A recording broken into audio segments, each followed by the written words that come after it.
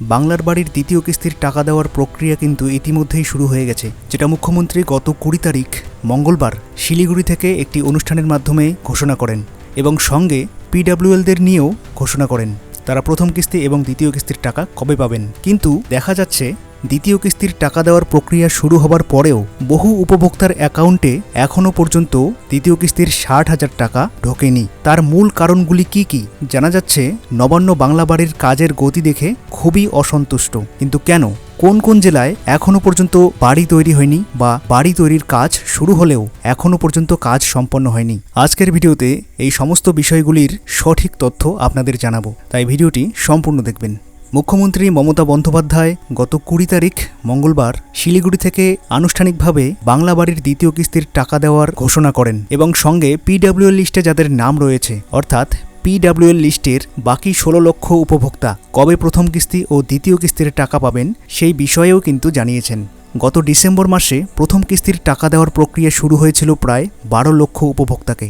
সেই 12 লক্ষ উপভোক্তাদের মধ্যে দেখা যাচ্ছে গোটা রাজ্যে এখনও পর্যন্ত প্রায় 9 লক্ষের মতো উপভোক্তা প্রথম কিস্তির টাকায় ভিট থেকে লিন্টন পর্যন্ত বাড়ির কাজ করেছেন, অর্থাৎ 75% মতো কাজ হয়েছে। অর্থাৎ একাধিক জেলায় এখনও পর্যন্ত প্রথম কিস্তির টাকায় যেটুকু পরিমাণ কাজ হওয়ার কথা ছিল সেই পরিমাণ কাজ হয়নি। জেলাগুলির মধ্যে সবচেয়ে পারফরমেন্স খারাপ দক্ষিণ 24 পরগনা জেলায়। রাজ্য পঞ্চায়েত দপ্তরের রিপোর্টস থেকে জানা যাচ্ছে গত 23 তারিখ পর্যন্ত যে তথ্য উঠে এসেছে, দক্ষিণ 24 পরগনা জেলায় 50% একটু বেশি উপভোক্তা প্রথম কিস্তির টাকায় নিয়ম অনুযায়ী যতটুকু কাজ করা দরকার অর্থাৎ ভিট থেকে লিন্টন পর্যন্ত প্রথম কিস্তির টাকায় সম্পন্ন করে ফেলেছেন।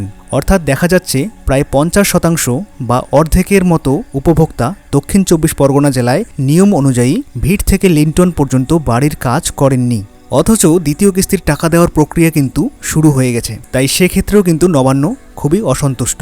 এরপর পঞ্চায়েত দপ্তরের রিপোর্টে দ্বিতীয় যে জেলাটির নাম উঠে এসেছে সেটি হলো দক্ষিণ দিনাজপুর জেলা। এই দক্ষিণ দিনাজপুর জেলায় এখনও পর্যন্ত 40,043 জন উপভোক্তার মধ্যে 25,000-এর একটু বেশি উপভোক্তা নিয়ম অনুযায়ী ভিট থেকে লিন্টন পর্যন্ত বাড়ির কাজ করেছেন, অর্থাৎ 37% মতো উপভোক্তা প্রথম কিস্তির টাকায় নিয়ম মাফিক বাড়ির কাজ করেননি। এরপর পঞ্চায়েত দপ্তরের রিপোর্টে তৃতীয় যে জেলাটির নাম উঠে এসেছে সেটি হলো কোচবিহার জেলা। এই কোচবিহার জেলাতেও কিন্তু সেরকম বাড়ির কাজ নিয়ম মাফিক হয়নি। তারপর রয়েছে পরপর যেমন মুর্শিদাবাদ জেলা, শিলিগুড়ি মহকুমা পরিষদ, মালদা জেলা। এই জেলাগুলির পারফরমেন্সও কিন্তু খুব ভালো নয়।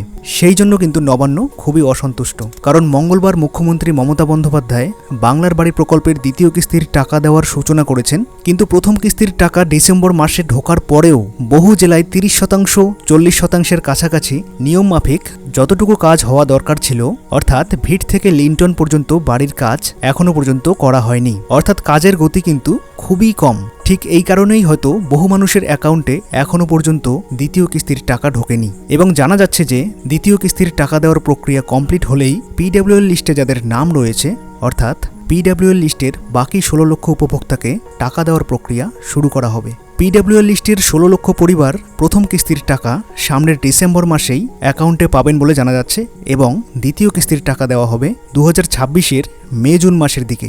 আপনাদের দ্বিতীয় কিস্তির টাকা যারা যারা এখনও পর্যন্ত পাননি এবং কোন কোন জেলা থেকে দেখছেন কমেন্টে অবশ্যই জানাবেন। ধন্যবাদ।